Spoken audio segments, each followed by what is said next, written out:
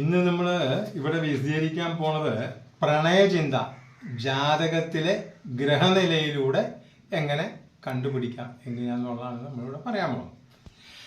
സ്ത്രീയുടെയും പുരുഷന്റെയും പരസ്പര ആകർഷണത്തിലൂടെയുള്ള പ്രണയം വിവാഹത്തിൽ കലാശിക്കണമെന്ന് നിർബന്ധമില്ല.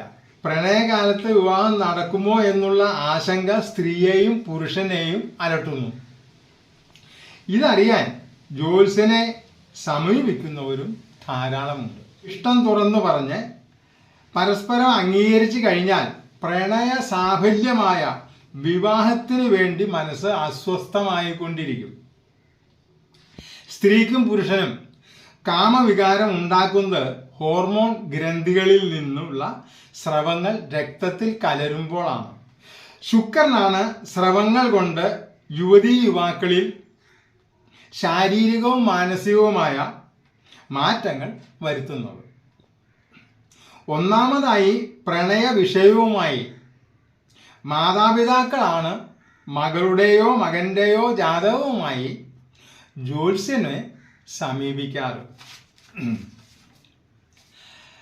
ചില സന്ദർഭങ്ങളിൽ മക്കൾ മാതാപിതാക്കളോട് അവരുടെ പ്രണയത്തെക്കുറിച്ച് തുറന്നു പറയുകയും അല്ലെങ്കിൽ മറ്റുള്ളവരിൽ നിന്ന് മകളുടെ അല്ലെങ്കിൽ മകൻ്റെ പ്രണയകഥകൾ കേട്ടിട്ടോ ആവും ഇവർ ജ്യോത്സ്യനെ ജാതകവുമായി സമീപിക്കുന്നത്. മക്കളുടെ ജാതകത്തിൽ പ്രണയവിവാഹത്തിന് സാധ്യതയുണ്ടോ? അങ്ങനെ വിവാഹം കഴിച്ചാൽ നല്ലതാണോ? ഉയർച്ച ഉണ്ടാവുമോ? ഈ ബന്ധത്തിൽ നിന്ന് പിന്തിരിപ്പിക്കാൻ പറ്റുമോ? ഇതൊക്കെയാണ് ഇവർക്ക് അറിയേണ്ടത്. പിന്നത്തെ കൂട്ടർ പ്രണയ ജോഡികൾ തന്നെയാണ്. തൻ്റെ കമിതാവിന് യഥാർത്ഥ പ്രണയമുണ്ടോ, വിവാഹം നടക്കുമോ എന്നും ഉറപ്പുവരുത്താനാണ് ഇവർ ജ്യോത്സ്യനെ സമീപിക്കാറ്. തടസ്സങ്ങൾ ഉണ്ടാകുമ്പോഴോ പ്രണയ പങ്കാളി സൗന്ദര്യ പിണക്കം കൊണ്ട് കലഹിക്കുമ്പോഴോ ആണ് ഇത്തരം ചോദ്യങ്ങളുമായി ജ്യോത്സ്യനെ സമീപിക്കാറ്. ഈ കാര്യത്തിൽ പെൺകുട്ടികളാണ് കൂടുതൽ അസ്വസ്ഥത പ്രകടിപ്പിക്കാറ്. പ്രണയത്തില് ഒരു വിനാശ സ്വഭാവം അടങ്ങിയിട്ടുണ്ട്. യുവത്വത്തിൻ്റെ അപജയം, പിന്നെ മനസ്സമാധാനമില്ലായ്മ, ബന്ധുവിരോധം, ആചാരങ്ങളുടെ ലംഘനം, ജീവന്റെ നാശം, അതായത് പ്രണയിതാക്കളുടെ ആത്മഹത്യ പ്രവണത, ഇതെല്ലാം പ്രണയത്തിൽ മറഞ്ഞിരിക്കുന്ന അന്തർധാരകളാണ്. ഇതുകൊണ്ടാണ് ശനിയും രാഹുവും പ്രണയത്തിൻ്റെ കാരകഗ്രഹങ്ങളാകുന്നത്. ഈ ശനിനാശത്തിൻ്റെ ആളും രാഹു ആത്മഹത്യാ പ്രവണത അതൊക്കെ ഉണ്ടാക്കുന്ന ആളുമാണ്. പൊതുവെ പ്രണയം ഉണ്ടാകുന്നത് 5ഉം 7ഉം, 5 എന്ന് പറഞ്ഞാൽ മനസ്സ്, 7 എന്ന് പറഞ്ഞാൽ ദാമ്പത്യം, വിവാഹമൊക്കെ, ഭാവാധിപന്മാർ തമ്മിൽ ബന്ധമുണ്ടാകുമ്പോഴാണ്. അതായത് 5ാം ഭാവാധിപനും 7ാം ഭാവാധിപനും ജാതകത്തിൽ ഒന്നിച്ചു നിൽക്കുകയോ പരസ്പരം ദൃഷ്ടി ചെയ്ത് നിൽക്കുകയോ, ഗ്രഹനിലയിൽ 5ാം ഭാവാധിപൻ 7ാം ഭാവനെ ദൃഷ്ടി ചെയ്താൽ പ്രണയത്തിന് സാധ്യത ഉണ്ടാകും. കൂടാതെ ചൊവ്വ ചന്ദ്രനെ വിശേഷ ദൃഷ്ടി ചെയ്താൽ ആരൊക്കെ എതിർത്താലും ഇവർ തമ്മിൽ വിവാഹം കഴിക്കുന്നതായിരിക്കും. വിവാഹം നടത്തി കൊടുക്കുവാൻ വാശി പിടിക്കുകയും ചെയ്യും. നടത്തി കൊടുത്തില്ലെങ്കിൽ എനിക്ക് വിവാഹമേ വേണ്ട എന്ന് പറയാനും ഇക്കൂട്ടർ മടിക്കില്ല. കൂടുതലും പെൺകുട്ടികളാണ് ഇങ്ങനെ വാശി പിടിക്കുന്നത്.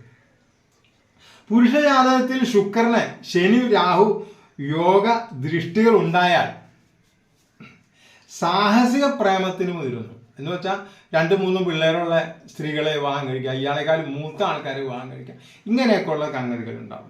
സ്ത്രീ ജാതകത്തിൽ കുജന് രാഹുശനി യോഗം ഉണ്ടായാൽ ആചാരവിരുദ്ധമായ വിവാഹത്തിന് തൻ്റെ ഇടം കാണിക്കും. 5ാം ഭാവാധിപന് 7ാം ഭാവാധിപനുമായി ബന്ധമില്ലെങ്കിൽ പ്രണയത്തിൽ കൂടിയുള്ള ഭാര്യാഭർത്തൃ ബന്ധത്തിന് ഇട വരികയില്ല. 5ഉം 7ഉം ഭാവാധിപന്മാർ തമ്മിൽ ബന്ധം ഉണ്ടാവുകയും അതിനെ ശനി കുജ യോഗ ദൃഷ്ട്യാദികൾ ഉണ്ടാവുകയും ചെയ്താൽ പ്രണയിനിയുമായുള്ള വിവാഹപൂർവ ബന്ധത്തിന് ഇടവരും. അത് സൂക്ഷിക്കേണ്ട ഒരു വിഷയമാണ്.